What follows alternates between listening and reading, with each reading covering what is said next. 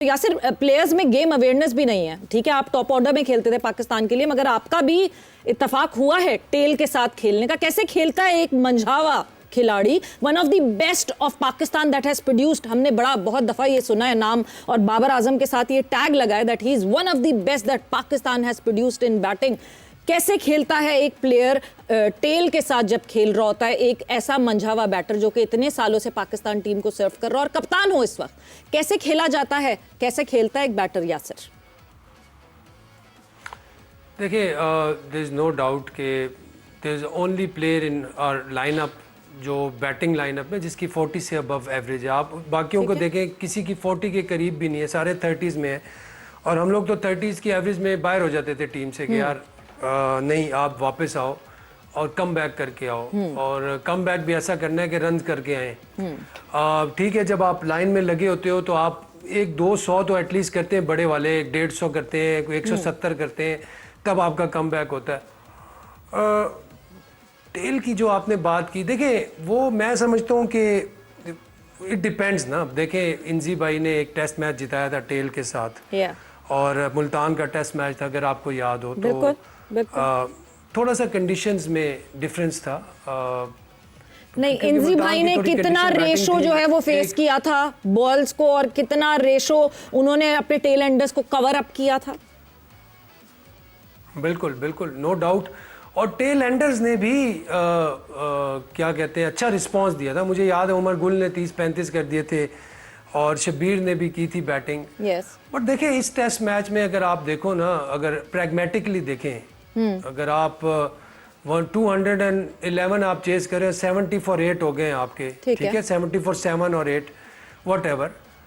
वहाँ पे जो उन्होंने जो सिंगल दिया, मेरे ख्याल से वो एक तो एज ए कैप्टन मैं ये समझता हूँ कि उनको ये विजुअलाइज ज़रूर करना चाहिए, हर प्लेयर को करना चाहिए कि यार इस तरह की सिचुएशन भी आ सकती है एक बैट्समैन की लाइफ में, या वो क्रिकेट खेल रहा है या किसी भी। एक तो पहली चीज़ है कि आप विजुअलाइज करते हो ऐसी सिचुएशन, ठीक है। मुझे लगता है कि बाबर ने बिल्कुल इस चीज़ को विजुअलाइज नहीं किया हुआ था कि यार इस तरह की भी सिचुएशन आ सकती है। अगर आ गई है तो उसने अगर जो टेल एंडर को आगे कि मेरे ख्याल से वो कोई अगर प्रैग्मेटिकली देखा जाए तो उसके जिस तरह अब्बास ने रिस्पांस दिया एज ए टेल एंडर, ठीक है, तो आपका टेल एंडर इतना तो है कि 3-4 बॉलें तो निकाल ही देते हैं यार। आप टेस्ट मैच खेल रहे हैं। मैं यही कहता हूं कि आपके जो बैट्समैन है उनको इतनी बैटिंग आनी चाहिए कि यार आप 4-5 बॉलें रोक लें। इतनी तो रूफ भी रोक लेता था। नहीं, मगर एक चीज अगर मोहम्मद अली के साथ हो गई तो फिर वो आप फिर से खुर्रम के साथ भी इसी तरह, मतलब आपने एक दफा एक गलती एक इंसान ने कर दी कि हाँ जी मैं सिंगल लेके दूसरी साइड आ गया हूं, मैंने अपनी टेल को एक्सपोज कर दिया है, मैंने अपने टेल एंडर को एक्सपोज कर दिया और उससे हिला नहीं जा रहा, वो कुछ कर नहीं पा रहा, तो मैं अगले आने वाले को तो मैं एक्सपोज करूं। इतना तो माइंडसेट इतने सालों में तो इतना मैच्योर हो जाता है ना एक खिलाड़ी, मैच्योर हो। हाँ देखें, ये थोड़े से छोटी मोटी गलतियां हैं जो इसको ठीक करनी पड़ेंगी। ये आपका जो माइंडसेट है उसको शो करता है कि यार आप लोगों का क्या माइंडसेट है, जीतने के लिए क्या माइंडसेट है। बट उस वक्त मेरे ख्याल से उनके जहन में ये था कि यार अब तो पानी जो है सर से गुजर चुका है। बट अगर हमने आखिर में देखा क्रिकेट जो है, आई डोंट नो, ये मैं नहीं कह सकता वो ये सोच रहा था कि नहीं सोच सकता, लेकिन मैं ये समझता हूँ कि क्रिकेट जो है ना, आप उसमें कोई हतमी फैसला नहीं होता, आप प्रिसाइजली ये नहीं कह सकते कि ये हो गया। Cricket is very funny game. और आखिरी विकेट पे भी यकीन करें, जब अब्बास खेल रहा था तो आई हैड सम होप कि पाकिस्तान यहाँ से भी टर्न अराउंड कर सकता है, क्योंकि इट्स वेरी क्रिकेट आपके पास बल्ला हाथ में है। बट प्रैग्मेटिकली देखें, वो पिच जो है वो उस तरह फेवर नहीं कर रही थी बैट्समैन को, और हम लोग ने जो गलतियां की हम लोगों ने, ठीक है, मैं ये समझता हूँ कि कुछ टॉकिंग पॉइंट्स हैं इस टेस्ट मैच में। जिस तरह हम लोग 154 फॉर 1 थे, और वहाँ से आप कहते हैं कि यार आपकी ऑल आउट हम कितने पे हुए? 38 रन्स में हमने 7 विकेटें गंवाई। 7 विकेटें गंवाई। वो एक मेरे ख्याल से एक टर्निंग पॉइंट भी और टॉकिंग पॉइंट भी है कि हम किस तरह Shan Masood, no doubt, all praise to him, बहुत अच्छी इनिंग खेली है उन्होंने। और वो इनिंग का जो मुझे एक चीज़ दोनों की इनिंग में एक अच्छी लगी कि वो लोग सर्वाइव के लिए गए।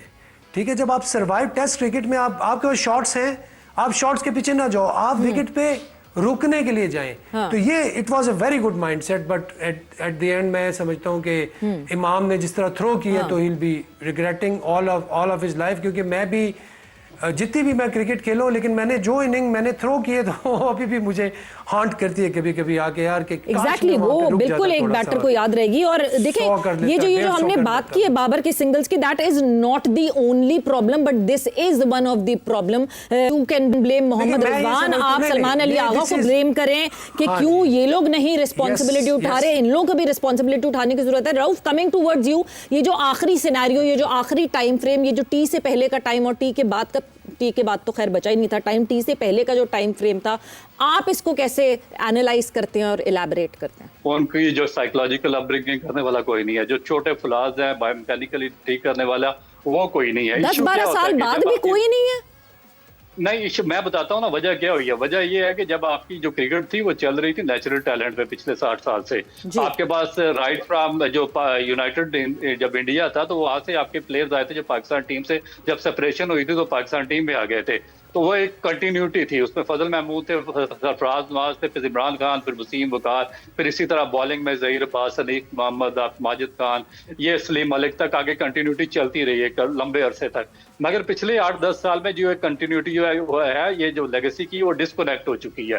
तो जब डिस्कनेक्ट कोई चीज हो जाए, जब आपकी बॉलिंग भी खत्म हो जाए, आपकी बैटिंग भी खत्म हो जाए, आपका जो स्पिन बॉलिंग का शोबा भी खत्म हो जाए, तो फिर जो आपके फिर असल जो सोचने की बात तब होती है, जो आपका थिंक टैंक होता है ना पाकिस्तान क्रिकेट बोर्ड का जो गवर्निंग बोर्ड होता है, उसको फिर वहां पे बैठ के अपने दिमाग को इस्तेमाल करना चाहिए कि अब आपने सिस्टम को किस तरीके से ओवरऑल करना, ऊपर लेके जाना है। क्योंकि एक तो लिमिटाइज हो गई हमारी सोर्सेज, हमारी ग्राउंड्स खत्म हो गए, हमारे प्लेयर के साथ फैसिलिटीज नहीं रही, हमारा इन्फ्लेशन रेट आसमान पे चला गया, हमारे बच्चे या जो स्पोर्ट्स की जो सामान है वो बहुत ज्यादा महंगाई हो चुकी है, क्लब क्रिकेट अफोर्ड नहीं कर सकते, अकेडमीज अफोर्ड नहीं कर सकते, वहां पे ट्रैवलिंग अफोर्ड नहीं कर सकते, तो ये लिमिटाइज हो गया आपका पूल, प्लेयर पूल अब कम हो गया। अब इसमें इस क्रिकेट बोर्ड को 10 साल पहले बैठ के सोचना चाहिए था, मगर अफसोसनाक हकीकत ये है कि वो लोग बैठे रहे, हमारे जो पास्ट के जो टेस्ट प्लेयर्स थे, जो लेजेंड्स थे, उनको लेकर जिनकी एजुकेशन थी मैट्रिक फेल मैट्रिक पास, वो इस काबिल ही नहीं थे, ना उनके अंदर कोई विजन था, ना उनके अंदर पॉलिसी थी, ना कोई प्लानिंग कर सकते थे लॉन्ग टर्म, ना कुछ और कर सकते थे।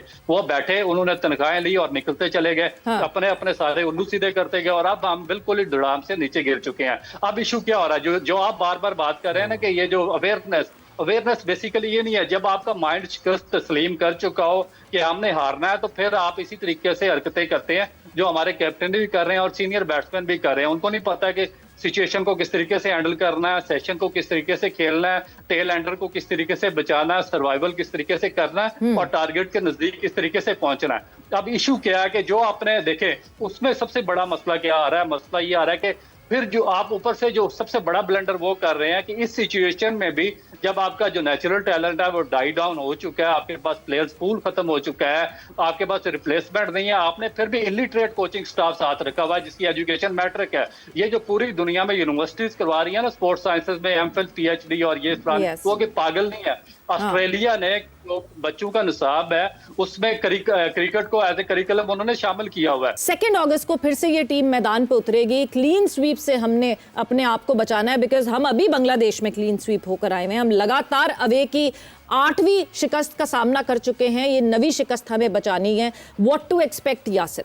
मैं तो देखें, मैं तो एवरी डे, मैं तो ये हमारी टीम है, हमारे ही प्लेयर हैं, हम में से ही हैं।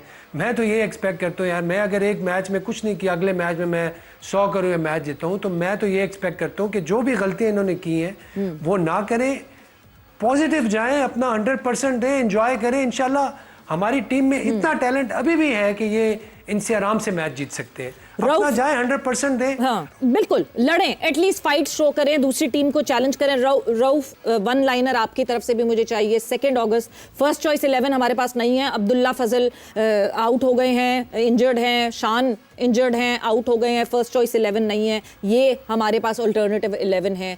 क्या एक्सपेक्ट करें एक वन लाइनर आपसे?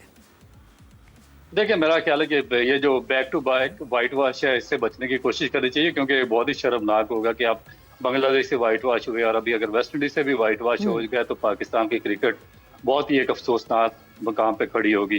तो अब क्या कह सकते हैं, क्योंकि हम टेस्ट चैंपियनशिप से तो ऑलरेडी बाहर हो चुके हैं, तो कोशिश करनी चाहिए इनको जिस हद तक ये कर सकते हैं। बिल्कुल जी, एक और दफा हम फिर उस शर्मनाक पोजीशन पे खड़े।